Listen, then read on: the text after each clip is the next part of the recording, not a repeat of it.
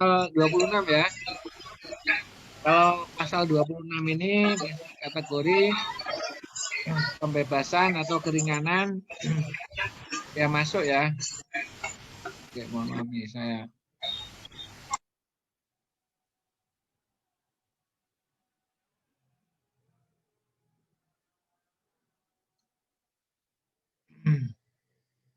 Nah, di sini pembebasan biaya masuk, pembebasan atau keringanan di sini ya. Ini masuk kategorinya adalah pembebasan relatif ya. Di sini keringanan merupakan pengurangan sebagian pembayaran biaya masuk yang diwajibkan dalam Undang-Undang Kepabeanan. Untuk pasal 26 ini, pembebasan atau keringanan itu sifatnya relatif ya. Dalam arti pembebasan bisa diperlukan dalam hal syarat dan tujuan tertentu harus dipenuhi. Nah, di sini berupa pembebasan atau keringanan ya. Yang menentukan nanti Menteri Keuangan ya, mana kelompok yang dibebaskan, mana yang dapat keringanan. Kemudian pembebasan biaya masuk diberikan berdasarkan pada beberapa persyaratan dan tujuan tertentu, sehingga atas barang impor dapat diberikan alternatif fasilitas, yaitu pembebasan atau hanya keringanan. Jadi yang menentukan adalah keuangan. Relatif di situ ya. Nah, ini jenisnya itu ada 11 ya. 11 kategori yang masuk ke dalam kerangka pembebasan atau keringanan ya, pembebasan atau keringanan. Langsung kita masuk satu persatu aja di sini ya. Untuk fasilitas nomor 1 sampai 3 yaitu fasilitas yang digunakan untuk pembangunan dan pengembangan industri. Ya, ini prakteknya nanti bisa diberikan oleh BKPM maupun Bea Cukai ya, nanti satu pintu ke BKPM. Kemudian yang pertama kita lihat fasilitas pembangunan dan pengembangan industri dalam rangka penanaman modal. Ya. Ini merupakan insentif fiskal dalam rangka meningkatkan investasi di dalam negeri, tentunya untuk mendorong perekonomian nasional ya, dalam rangka persaingan global di sini. Nah, ini ketentuan pembebasan diatur pula di dalam Undang-Undang Penanaman Modal ya tahun 2007 nomor 25. Di sini pembebasan bea masuk itu tarifnya menjadi 0% ya. Pembebasan bea masuk sehingga tarif posnya menjadi 0% selama 20 tahun, 2 tahun ya. Yang semula 5, kemudian karena ada amanat undang-undang berikan fasilitas ini nanti bisa menjadi 0%. Nanti menentukan BKPM. Ya, itu waktunya pembebasannya selama 2 tahun sejak tanggal keputusan pembebasan. Ya, ini sifatnya relatif ya, tidak berlaku secara umum. Nah, kemudian di sini yang terkait dengan fasilitas itu ada definisi pembangunan, pengembangan, kemudian ada mesin dan ada barang atau bahan. Pembangunan di sini tentunya pendirian industri baru, baik menghasilkan barang maupun jasa. Kalau pengembangan ini meliputi penambahan, modernisasi, rehabilitasi atau restrukturisasi dari alat produksi. Alat produksi termasuk mesin untuk tujuan peningkatan jumlah, jenis, dan atau kualitas. Itu masuk kerangka pengembangan yang dapat memperoleh fasilitas pembebasan atau mesin di sini adalah setiap mesin, pepresinan, alat perlengkapan installasi pabrik, peralatan, perkakas, dalam keadaan terpasang maupun terlepas yang digunakan pembangunan atau pengembangan industri. Sementara bahan-bahan adalah semua barang atau bahan tidak melihat jenis dan atau komposisinya yang digunakan sebagai bahan atau komponen menghasilkan barang jadi. Ini semuanya. Ya, nggak peduli jenis atau komposisinya. Itu diberikan fasilitas.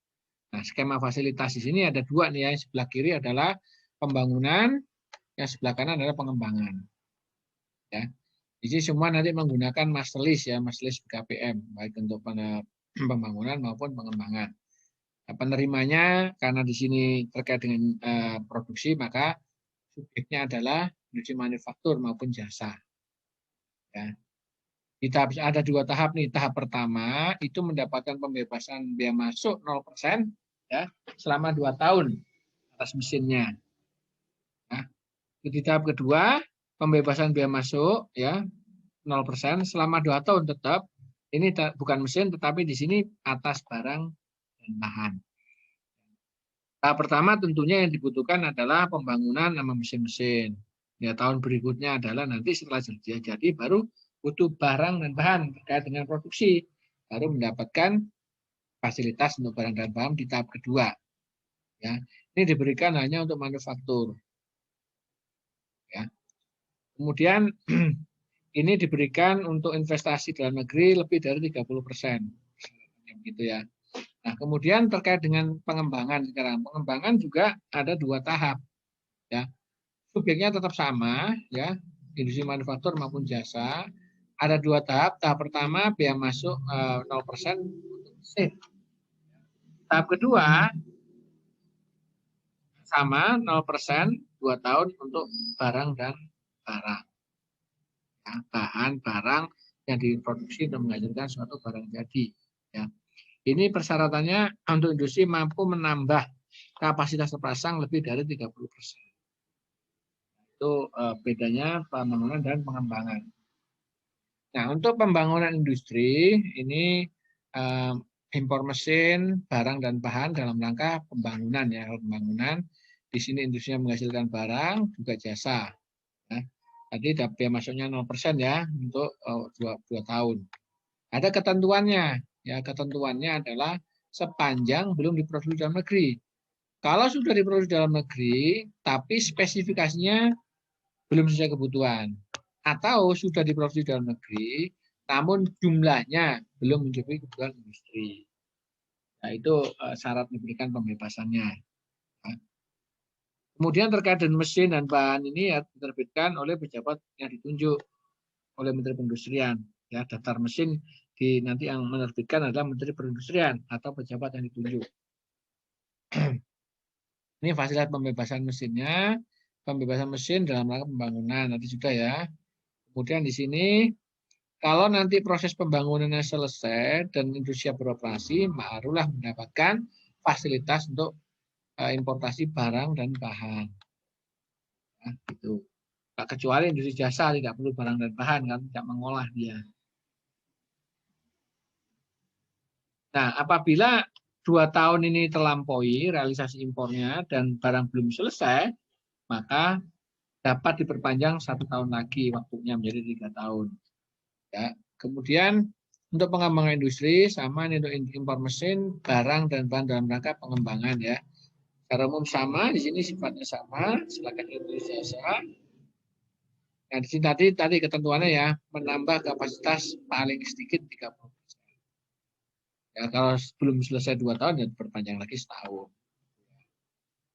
Khusus untuk industri jasa yang dapat mengajukan fasilitas pembebasan pengembangan adalah industri pariwisata budaya, bisa industri jasa pertambangan, transportasi, kemudian khusus jasa publik ada konstruksi, telekomunikasi, pelayanan kesehatan publik, dan kepelabuhanan. Itu masuk kategori industri jasa yang dapat memperoleh fasilitas pembangunan atau pengembangan industri. Nah, kalau terkait dengan proses bisnis untuk mendapatkan fasilitas ini, bisa diajukan nanti importer ya mengajukan permohonan pemasukan mesin atau mesin untuk pembangunan maupun pengembangan ya. Kalau untuk yang tahap kedua mengajukan pemasukan barang dan bahan untuk skema pembangunan atau pengembangan. Ya permohonannya nanti diajukan ke Kepala BKPM atas nama Menteri Keuangan. Ya, diserahkan dari satu atap di BKPM ya. Nanti diajukan ke BKPM, tembusannya kepada Direktur Jenderal Bea dan Cukai.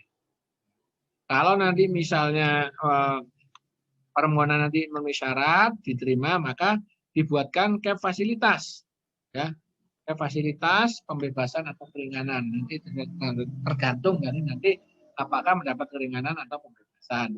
Ini batasnya 7 hari kerja, maksimal 7 hari kerja. Itu sudah ada keputusannya. Nah, apabila tidak memenuhi syarat, maka permohonan ditolak. Ya, nanti tersurat dengan disertai dengan alasannya. Ini standar permohonan sama ya. Nah, berakhirnya skema fasilitas untuk pengembangan dan pembangunan dan pengembangan itu berakhir tanpa dikenakan bea masuk dan atau denda dalam hal ada pemindah tanganan setelah 5 tahun sejak tanggal pemberitahuan impor barang.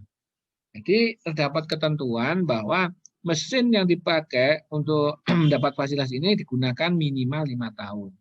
Ya, sehingga kalau dipindah tangankan sudah melewati jangka waktu 5 tahun, maka tidak dikenakan bea masuk, bebaskan. Nah, kemudian yang kedua, dilakukan pemindah tanganan dalam jangka waktu kurang dari 5 tahun sejak tanggal pemberitahuan impor.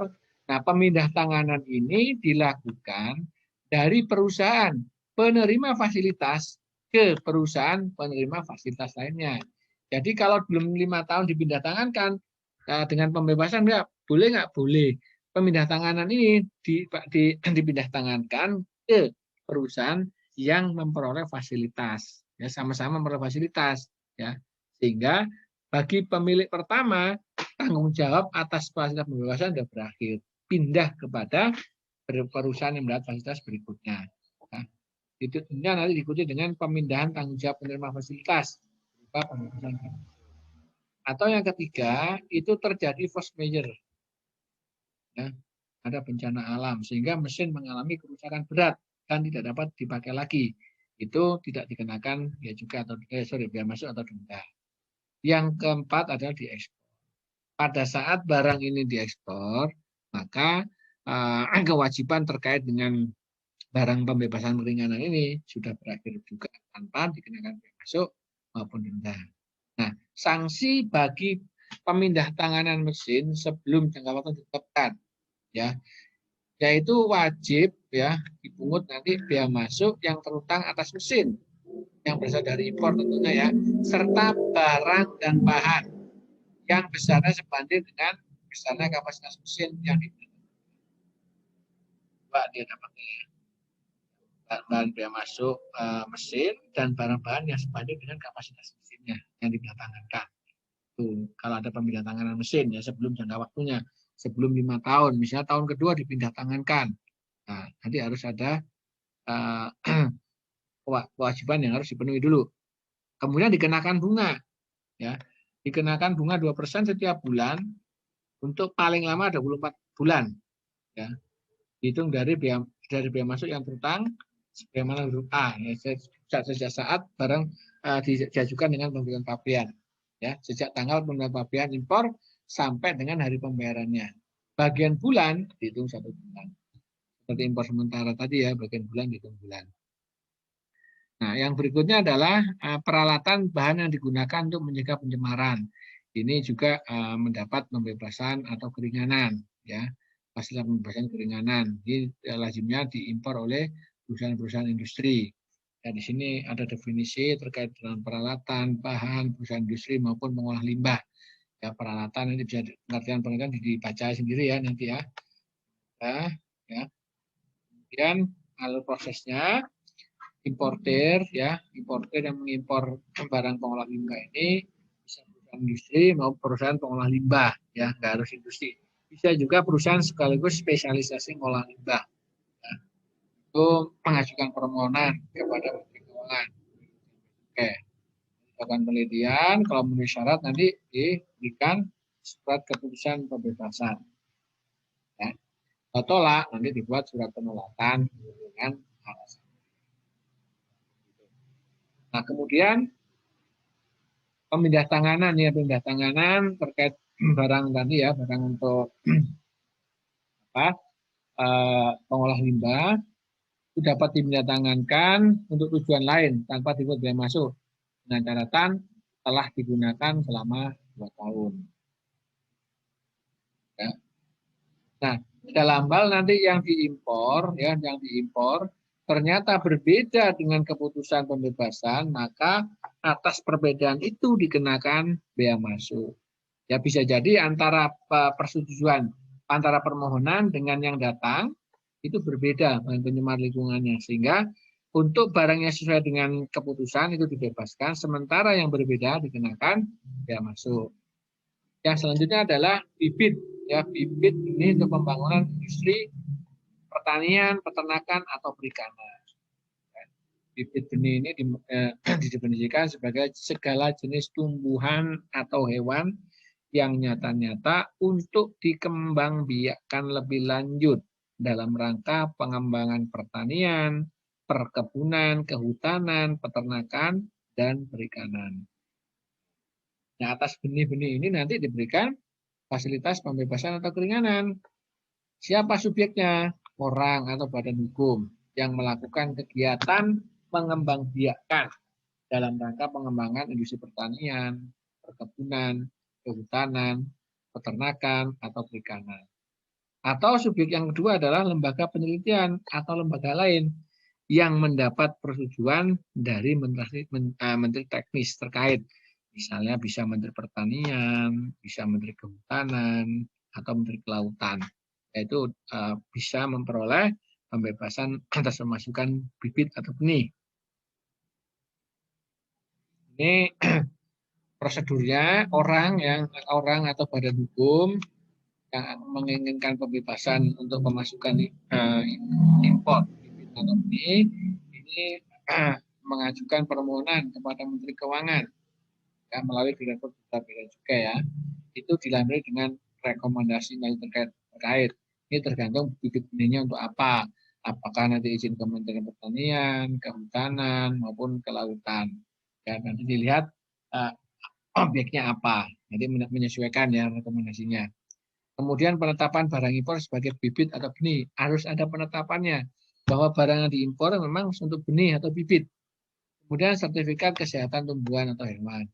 Rincian perkiraan jumlah, jenis, dan perkiraan nilai pabean. Diajukan ke menteri, kemudian dilakukan penelitian tentunya, ya kalau sesuai nanti disetujui, kalau tidak sesuai dengan persyaratan akan ditolak. Ya, begitu kira-kira ya gambarannya. Hampir sama ya terkait dengan proses bisnis pengajuan perizinan ke Menteri Keuangan maupun ke Bea Cukai. Yang keenam adalah hasil laut yang ditangkap dengan sarana penangkap yang telah mendapat izin. Di sini bahwa hasil laut yang berasal dari zona ekonomi eksklusif pada dasarnya adalah eksklusifnya Indonesia untuk memanfaatkan laut serta serta hasil-hasil yang ada di dalamnya. Namun secara geografis letaknya itu berada di luar daerah pabean. Sehingga apabila kapal penangkap ikan masuk ke dalam daerah pabean, ketentuan impor. Ya, untuk hasil laut yang ditangkap di sini ini nanti mendapatkan pembebasan. Ya. Di sini zona ekonomi eksklusif definisikan ini ya, baca sendiri. Sarana pengangkut ini, kemudian hasil laut itu bisa tumbuhan laut, ikan, hewan laut yang layak dimakan, seperti ikan, udang, kerang, kepiting yang belum atau sudah diolah di dalam sarana penangkap itu mendapat pembebasan. Nah, hasil laut yang ditangkap dengan sarana pengangkut penangkap ini harus mendapat izin sarana pengangkutnya. Ya, sarana penangkapnya dapat izin, kemudian izin tangkapnya juga dapat izin, dapat izin. Bisa pengangkut ini berbendera Indonesia maupun berbendera asing.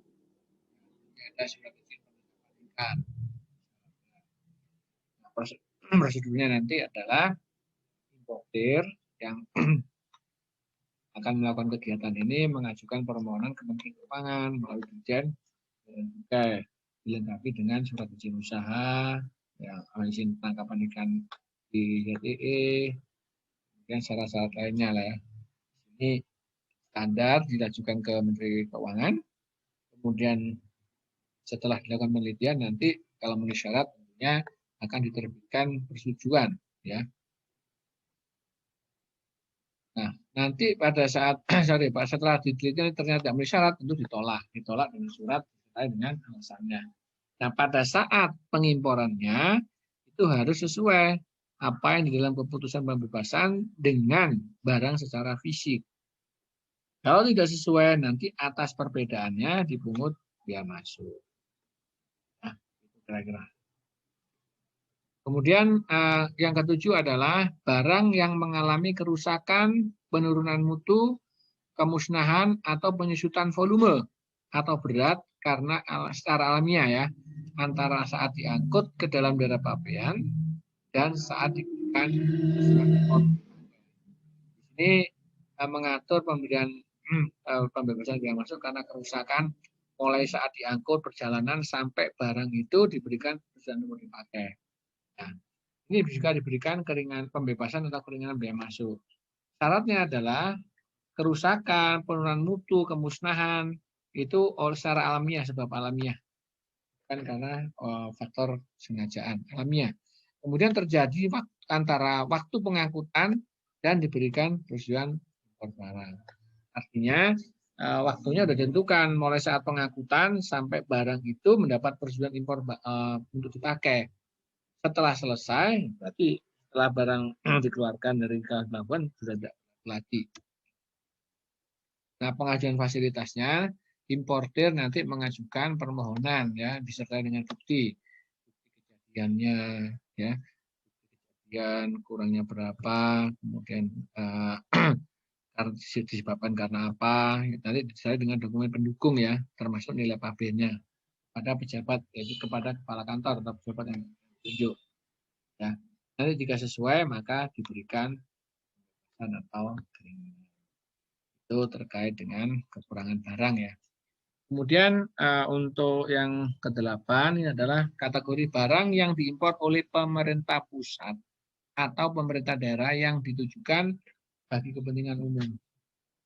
Ini yang mengimpor adalah pemerintah pusat atau pemerintah daerah. Bisa diberikan pembebasan atau keringanan. Misalnya di sini untuk kementerian, lembaga, lembaga non-departemen, gubernur, bupati, wali kota, kepala daerah lah ya, pusat atau daerah itu bisa mengajukan permohonan atas importasi barang untuk kepentingan umum. Ini diajukannya kepada Menteri Keuangan melalui Direktur Jenderal Bea Cukai. Daftar barang dibutuhkan, uraian barangnya, surat pernyataan bahwa barang itu untuk kepentingan umum. Dan syaratnya tidak boleh diperjualbelikan, digunakan untuk kepentingan umum. Kemudian pembebasan biaya masuk atas importasi barang untuk keperluan olahraga yang diimpor oleh induk organisasi. Ini juga diatur dengan pembebasan barang untuk kepentingan pengembangan olahraga ya, yang diimpor oleh induk organisasi nasional. Ini permohonannya kurang lebih sama. Induk organisasi nasional ini mengajukan permohonan pembebasan kepada Direktur Jenderal. Nanti ada rekomendasi dari Ketua KONI atau instansi. Tentunya ada rincian jumlah, jenis barang, pelabuhan bongkar, perkiraan ya. Setelah dilakukan penelitian, nanti kalau memenuhi syarat tujuan dengan pembebasan. Kalau nanti tidak memenuhi syarat, nanti buat surat penolakan dengan alasan. Ya. Kemudian apabila saat importasinya terdapat jumlah jenis barang itu tidak sama dengan keputusan pembebasan, maka atas perbedaan ini dipungut biaya masuk. Ya.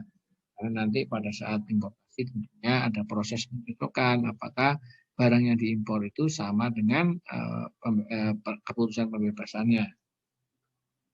Dan juga terkait dengan tujuan.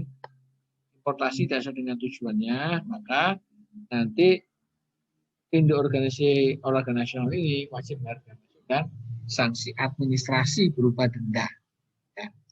Yang ke-10 adalah barang keperluan proyek pemerintah yang dibiayai dengan pinjaman dan atau hibah dari luar negeri. Ada proyek pemerintah, itu biaya dari pinjaman atau hibah, itu juga mendapat fasilitas pembebasan atau keringanan biaya masuk.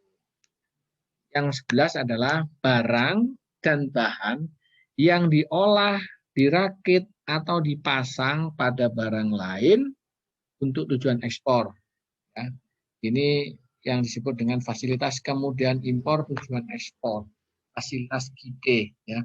Fasilitas KIDE berupa pemberian fasilitas kepada barang dan bahan yang dengan tujuan untuk diolah, dirakit, atau dipasang pada bagian lain yang hasil produksinya untuk tujuan ekspor. Nah, fasilitas KIDE ini ada 2 macam. Yang pertama adalah pembebasan atau keringanan biaya masuk, pembebasan biaya masuk ya. Yang kedua adalah pengembalian. Ya. Kalau pembebasan biaya masuk, itu maka pembebasan atau keringanan dapat diberikan atas impor barang atau bahan diolah, dirakit, dan dipasang pada barang lain dengan tujuan untuk ekspor. Sedangkan pengembalian adalah pengembalian dapat diberikan terhadap seluruhnya atau sebagian biaya masuk yang telah dibayar atas importasi barang sebagaimana itu dengan pasal 6. Tujuan untuk diolah, dirakit, dipasang pada barang lain untuk tujuan ekspor. Nah, itu dapat fasilitas 2, mau pembebasan atau keringanan. Di fasilitas kita ada pembebasan, keringanan. Ada pengembalian. Nanti tergantung dari pengusaha, pelaku industrinya mana yang lebih cocok. Nah, kalau untuk pembebasan, prinsip fasilitasnya adalah ini bahan baku impor ya. Kemudian biaya masuk dibebaskan dengan memberitakan jaminan. Jadi pada saat importasi nanti, setiap kali importasinya nanti perusahaan mempertaruhkan jaminan. Jadi jaminan bisa beragam, ada jaminan tunai, jaminan bank, jaminan asuransi, LPI, jaminan garansi. Nah, kemudian setelah barang masuk, kalau keluar dari pelabuhan tentunya diproses. Dalam proses ini bisa dilakukan sendiri seluruhnya oleh perusahaan, bisa juga sebagian disubkontrakkan perusahaan lain. Nah, hasilnya nanti itu diekspor. Ya, hasil dari importasi bahan baku tadi diolah kemudian diekspor. Nah, setelah ekspor baru nanti dibuatkan laporan pertanggungjawaban. Pertanggungjawaban untuk ditelusuri oleh bea cukai, dibuktikan barang yang diimpor digunakan untuk apa saja, ada sisa-sisanya kemana. Nah, nanti bila sesuai, maka jaminannya dikembalikan. Kalau tidak sesuai, maka jaminan dicairkan dan dikenakan sanksi administrasi berupa denda. Itu kalau proses bisnis untuk pembebasan. Bahan bakunya impor ada, importer tidak perlu membayar biaya masuk, tapi mempertaruhkan jaminan, barang diproses, diekspor, dari ekspor baru dibuat laporan pertanggungjawaban. Laporan pertanggungjawaban kalau sesuai nanti jaminan dikembalikan, tidak sesuai, jaminan dicairkan. Itu kalau pembebasan. Nah, kalau pembalian terhadap pemasukan atau importasi bahan baku, nanti yang bersangkutan membayar lebih dulu. Dia masuk ya dengan akun khusus. Nah, dibayar lebih dulu nih pengembalian. Dia masuknya dibayar dulu. Setelah barang dikeluarkan baru diproses proses produksi di sini. Sama dengan pembebasan dalam melakukan proses produksi itu sebagian dapat disubkontrakkan ya, atau seluruhnya juga dapat disubkontrakkan. Nanti hasil produksinya diekspor. Nah, setelah hasil produksi diekspor, maka perusahaan yang mendapat fasilitas KIT pengembalian mengajukan permohonan pengembalian ya, besar bahan baku yang diekspor. Nah, untuk kriteria dan persyaratan KIT, yang pertama terkait bidang usaha. Karena dia di sini yang memproduksi, berarti harus industri manufaktur. Kemudian ada bukti kepemilikan atau penguasaan lokasi yang digunakan sebagai tempat untuk melakukan kegiatan usaha minimal 3 tahun. Kalau dia penguasa bisa sewa, bisa pindah atau apapun ya. Kalau dia milik sendiri berarti ada kepemilikan. Kemudian sistem pengendalian internalnya memadai, SPI-nya memadai. Kemudian menyelenggarakan IT inventory yang dapat diakses oleh bea cukai ya, secara online maupun real time. Itu kriterianya. Jadi di sini sebelum nanti persyaratan kita disetujui, nanti ada pengujian sistem pengendalian internal yang dimiliki perusahaan memadai atau tidak. Ya, kalau memadai nanti bisa diberikan persetujuan. Kalau tidak memadai, tentu ada perbedaan lebih dulu sebelum melakukan fasilitas ya. Persyaratannya cuma NIB dan izin usaha industri. Nah, pengajuan perizinannya itu dilakukan secara online, ya secara online. Ya syarat tadi NIB, bukti penguasaan, daftar barang bahan, hasil produksi dan daftar subkontrak. Nah, daftar subkontrak harus diperhatikan dari depan agar bea cukai cukup waktu untuk melakukan penelitian apakah perusahaan yang didaftarkan sebagai subkontrak ini bidang usahanya cocok dengan pekerjaan yang akan diberikan. Akan dilakukan pemilihan. Diajukan dari depan nih daftar subkontraknya. Kemudian data keuangan, tenaga kerja, KPI, Key Performance Indicator. Kemudian cek lokasi dan presentasi. Ya. Presentasi dilakukan di Kanwil. Ya. Selebihnya dilakukan oleh sistem. Nah, terkait dengan waktu ya, melalui elektronik, ini permohonannya nanti dilakukan apa namanya ini, kalau ini sorry ini tidak melalui elektronik ya, kalau langsung kalau misalnya tertulis bisa langsung diajukan ke KPU atau KPBJ, kemudian dilakukan pemeriksaan lokasi ya, dalam waktu 3 hari kerja harus diterbitkan berita acara pemeriksaan baru nanti ya dilakukan pemaparan proses bisnis oleh pengaju permohonan fasilitas. Pemaparan proses bisnis ini dilakukan di Kanwil atau KPU. Ya.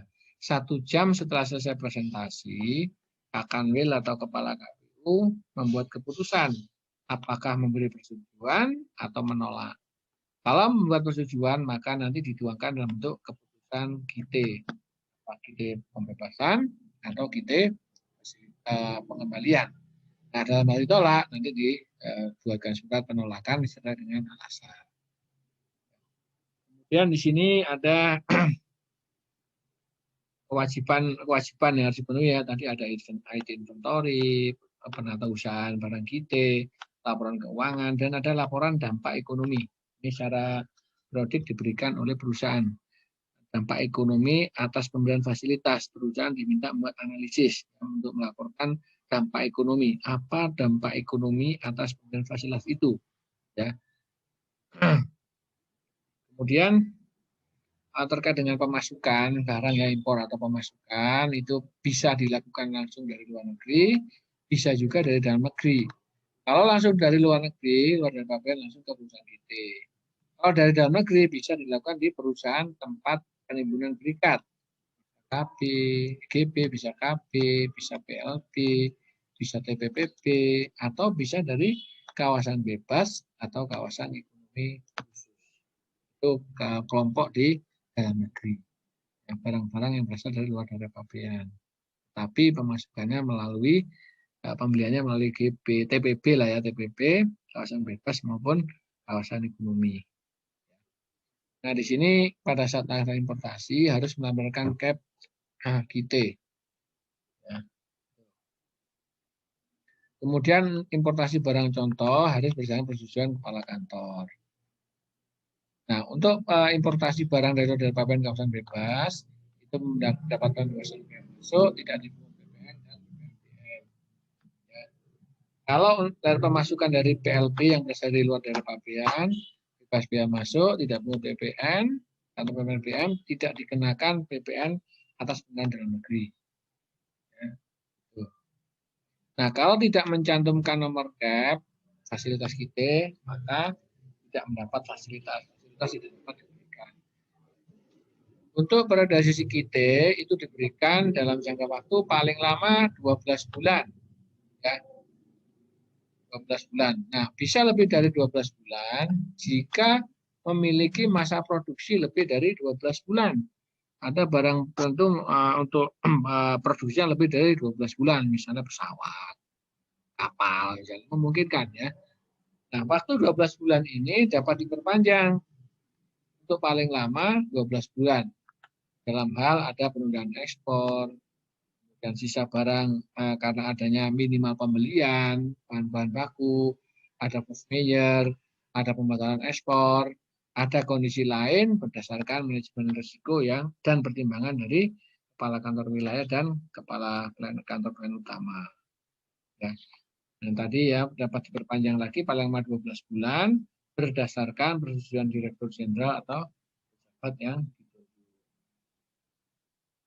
Nah, terkait perpanjangan dapat dilakukan sebelum periode pembebasan berakhir. Ya. Itu ada ketentuannya. Kalau lebih dari periodisasinya, maka tidak dapat diberikan perpanjangannya.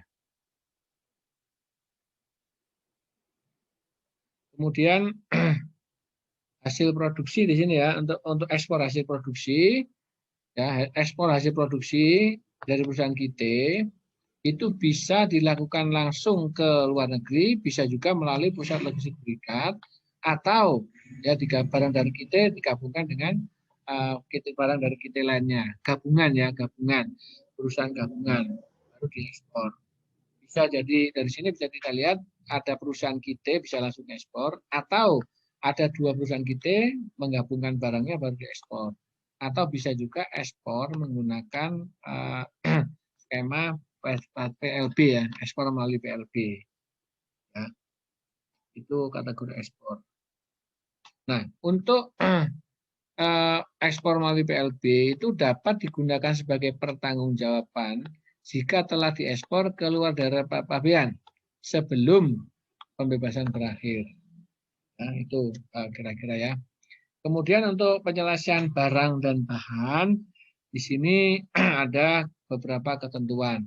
Untuk barang dan bahan yang tidak sesuai spesifikasi, ya sesuai spesifikasi yang diinginkan, itu bisa diekspor kembali atau dikembalikan.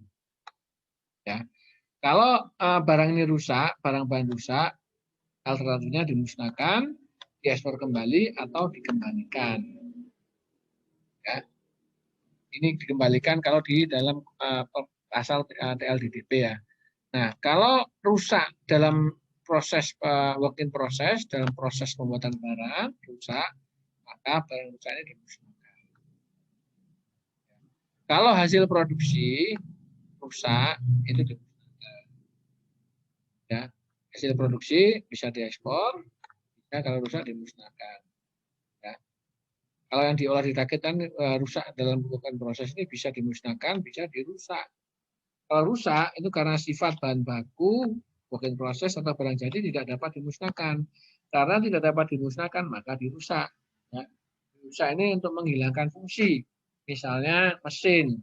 Mesin kalau tidak rusak, tidak bisa dimusnahkan maka dirusak. Misalnya dengan cara apa? Dipotong misalnya, digergaji sehingga fungsinya menjadi tidak ada. Nah, proses perusakan ini harus di bawah pengawasan kantor pengawasan. Oke. Dan ada persyaratan membayar bebas 5%. Serta membayar PPN dan PPNBM. Ini laporan pertanggungjawaban itu paling lama 12 bulan ya periodisasinya ya. Kemudian waktu pelaporannya 30 hari. Jadi kurang lebih 13 bulan. Ya. Kalau terlambat melapor, ya maka fasilitas KIT-nya dibekukan, tapi masih diberi waktu 30 hari lagi untuk tambahan waktu pelaporan. Tetapi fasilitas KIT-nya dibekukan. Kalau ada kegiatan impor, tidak mendapat fasilitas selama 30 hari. Kalau tidak menyampaikan laporan pertanggungjawaban setelah maka harus membayar biaya masuk dan administrasi. Nah, untuk yang barang hasil produksi impor kembali, diimpor kembali. Ya, di sini bisa jadi nanti barang ekspor yang sudah dipesan pembeli itu dikembalikan. Bisa untuk pengerjaan kembali, di reject atau karena force majeure. Apabila ini terjadi, maka harus diajukan permohonan. Ini dilakukan secara elektronik nanti ya. Jadi setelah dapat permohonan untuk dapat pembebasan biaya masuk dengan skema impor kembali agar barang impor ini tidak dikenakan biaya masuk. Terkait dengan pengembalian jaminan dicek dulu. Kalau pengembaliannya sudah, maka harus mempertaruhkan jaminan. Kalau pengembaliannya belum dilakukan, maka importasi. Kemudian hasil produksi yang rework tadi itu dalam waktu maksimal 3 dan 3 bulan itu harus diekspor. Ya, begitu alurnya.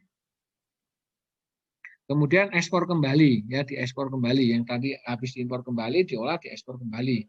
Jenis ekspor kategori eksporter lainnya. Kemudian wajib menyampaikan laporan disertai dengan pendukung. Ya, dalam waktu paling lama 30 hari dari ekspornya. Ya. Kalau ada ekspor kembali kita lihat apakah sudah ada pengembalian, ya. Kembali bagaimana kalau sudah wajib. Kalau misalnya belum pengembalian maka pengembalian ditolak. Jika tidak menyampaikan laporan ya, tidak menyampaikan laporan pengembalian nanti wajib kalau sudah dilakukan wajib implementasi biaya masuk. Kalau belum dilakukan, pengembalian ditolak. Nah, fasilitas kita ini dapat dibekukan ya, dibekukan karena melakukan pelanggaran-pelanggaran, misalnya tidak masang papan nama, tidak mendahulukan inventory, tidak memberikan tertimbun, melakukan tindak pidana. Bisa dilakukan pembekuan. Dapat juga dilakukan pencabutan, misalnya tidak melakukan pemasukan kita 2 tahun berturut-turut, pilot misalnya, tidak lagi memenuhi kriteria kita kembalian misalnya, terbukti melakukan tindak pidana, pencabutan. Itu adalah kita ya. Nah sekarang ada kita khusus untuk IKM. Kita khusus untuk UKM, kegiatannya sama, olah rakit pasang ya untuk kegiatan ekspor ya dengan dapat bebas masuk PPN. Kemudian kemudahan yang diberikan bagi IKM adalah kemudian akses keuangan. Kemudian modul IKM juga disediakan gratis, tidak perlu investasi sendiri. Jaminan untuk industri kecil dapat kuota jaminan dari pemerintah maksimal 350 juta. Ya, ini untuk pembayaran biaya masuk. Kemudian industri kecil industri menengah 1 miliar kuota jaminan. Untuk ketentuan pembatasan kemudian barang yang mendapat fasilitas bisa berupa barang dan bahan baku, bahan penolong, ya. Kemudian mesin juga mendapat fasilitas pembebasan, baik untuk pengembangan, modernisasi, rehabilitasi, atau digunakan untuk produksi paling kurang 2 tahun. Yang ketiga barang contoh. Ya.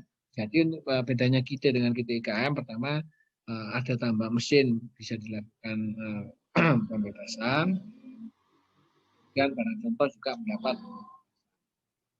Nah, penerima fasilitas kita IKM adalah industri kecil atau menengah. Ya. Kedua, badan usaha IKM yang ditunjuk atau koperasi yang telah ditetapkan sebagai konsorsium kita. Nah, jadi fasilitas ini diberikan kepada industri kecil juga kepada konsorsium. Konsorsium bisa badan usaha tersendiri atau perwakilan IKM atau koperasi. Ya, ini kita lihat ada industri kecil menengah ditetapkan jadi IKM. Kemudian badan usaha IKM atau koperasi ditetapkan jadi konsorsium IKM. Ini manfaat fasilitas kita IKM. Ya, ini bebas biaya masuk PPN, bahan baku, barang contoh, mesin ya. Kemudian Anda mendapat kemudahan fasilitas akses kemudahan akses kepabeanan. Ketentuan atas belum berlaku. Ekspor melalui kawasan pusat logistik berikat dan konsorsium kita. Kemudian disediakan aplikasi pencatatan dan pelaporan. Kemudian perhitungan bagi IKM. Keuntungan bagi IKM ya pertama dapat menurunkan biaya produksi karena tidak perlu melakukan pembayaran biaya masuk dan pajak dalam rangka impor. Kemudian ada peningkatan modal usaha, peningkatan daya saing karena bisa melakukan efisiensi di cost ya, terutama di bahan baku. Karena untuk bahan baku yang berasal dari impor, yang seharusnya membayar biaya masuk karena mendapat fasilitas, maka biaya masuknya dibebaskan. Tentunya harus barang dan produksi menjadi lancar.